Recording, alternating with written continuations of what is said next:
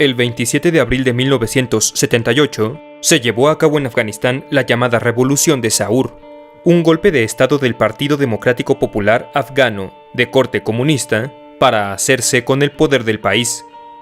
Ese mismo año el nuevo gobierno aprobaría una serie de reformas a la conservadora ley islámica civil y de matrimonio, para así terminar con el feudalismo que imperaba en la sociedad afgana, respondiendo con violencia a todo movimiento que se opusiera al cambio. Como resultado, una gran parte del país se rebelaría, y desde Pakistán, los Estados Unidos y sus aliados comenzarían a enviar apoyo económico y militar a los insurgentes, para derrocar al gobierno comunista.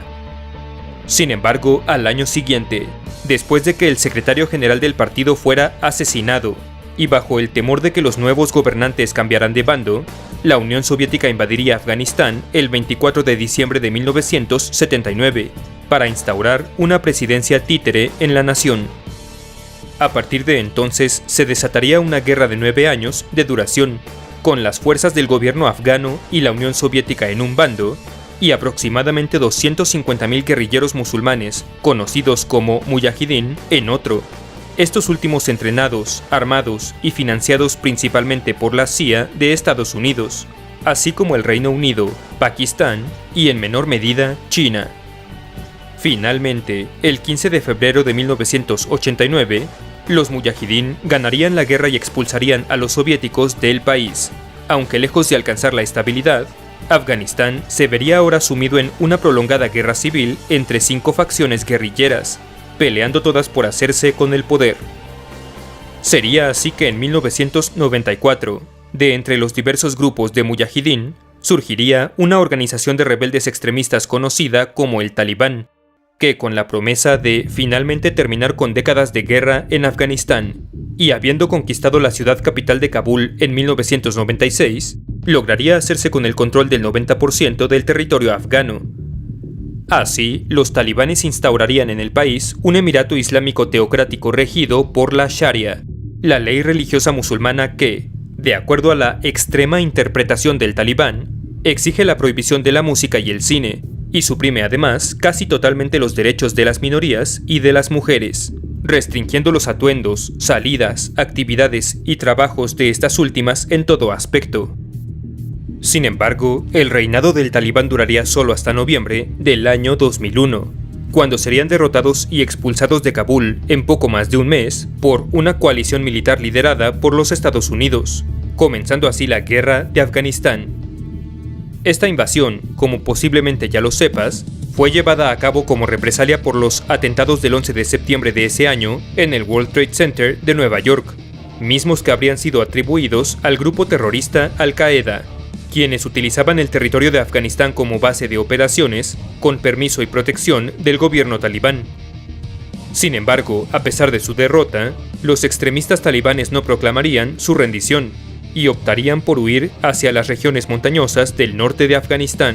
desde donde, financiados ahora por la industria ilegal de amapola, opio, diversos minerales de dicho país y aparentemente ayuda de ciertas naciones vecinas, se reagruparían para comenzar una guerra de guerrillas contra la entonces recién instaurada República Islámica de Afganistán. Combatiendo así durante casi 20 largos años contra los talibanes, las fuerzas occidentales lideradas por Estados Unidos se dedicarían simultáneamente a entrenar y equipar al ejército y la policía afganos, preparándolos para mantener el control del país por sus propios medios, una vez habiéndose retirado las fuerzas occidentales.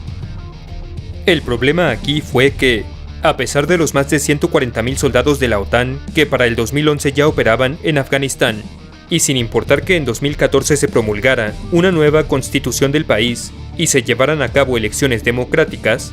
los talibanes poco a poco recuperaron su poder gracias a las industrias ilegales y los apoyos foráneos que ya mencionamos, haciéndose así, para finales del 2016, con el control de por lo menos el 20% del país.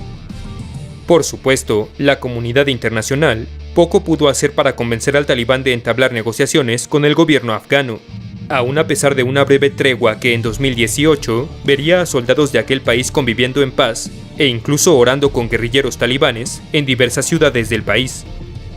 Sin embargo, en palabras de Ashley Jackson, codirectora del Instituto Estadounidense para la Investigación de Grupos Armados Extranjeros, desde el punto de vista extremo de los talibanes, ellos son una fuerza insurgente que lucha contra una invasión internacional ilegal y un gobierno ilegítimo para, desde su perspectiva, llevar de regreso a Afganistán a ser un Estado islámico puro. Así pues, no es de extrañarse que para el 2021, en la etapa final de la retirada estadounidense del país y con la huida del gobierno afgano, los talibanes hayan recuperado Afganistán en solo semanas, haciéndose con el control de la capital en agosto de ese mismo año. Ahora, en diversas conferencias de prensa, los líderes talibanes han asegurado que en su nuevo gobierno respetarán los derechos de las mujeres, perdonarán a aquellos ciudadanos afganos que colaboraron con las fuerzas de la OTAN y se asegurarán de que su país no se convierta nuevamente en un refugio para organizaciones terroristas. ¿Cumplirán estas promesas? La historia ciertamente nos indica que es poco probable, y los miles de refugiados afganos que han huido o intentan huir de su nación parecen estar convencidos de lo mismo. Solo nos queda esperar que este nuevo régimen respete la libertad y seguridad de sus ciudadanos, quienes hasta ahora han vivido en un estado permanente de guerra desde hace más de 40 años. Si el video te gustó, me ayudarías mucho con tu like y suscripción, así como tu visita a mis redes Facebook, Twitter e Instagram, cuyos enlaces tienes en la descripción. Un abrazo a los generales de la armería: Gustavo Plaza, de Soccer, Mateo Manuel Dirieburna, médico Rubén Darío Fonseca B, un tal Oscar Poraí, Pablo Alessandrini, Ernesto Hernández Puga, Gustavo Durand, Ribenk, Daniel Ignacio Barrera, Emilio Anguiano, Ramón Piña, Walter Uboldi, Mr. X Fox, Carlos Hernández, Gerardo Sánchez de la Barquera, Michael José Mayorga Salazar, Mauricio Jiménez Ríos, Kelvin Cero, Emanuel Seoane, Zorro Chilote con Café y Ana Gamiño, así como a los miembros tropa y oficiales por su invaluable apoyo. Muchas gracias y hasta la próxima.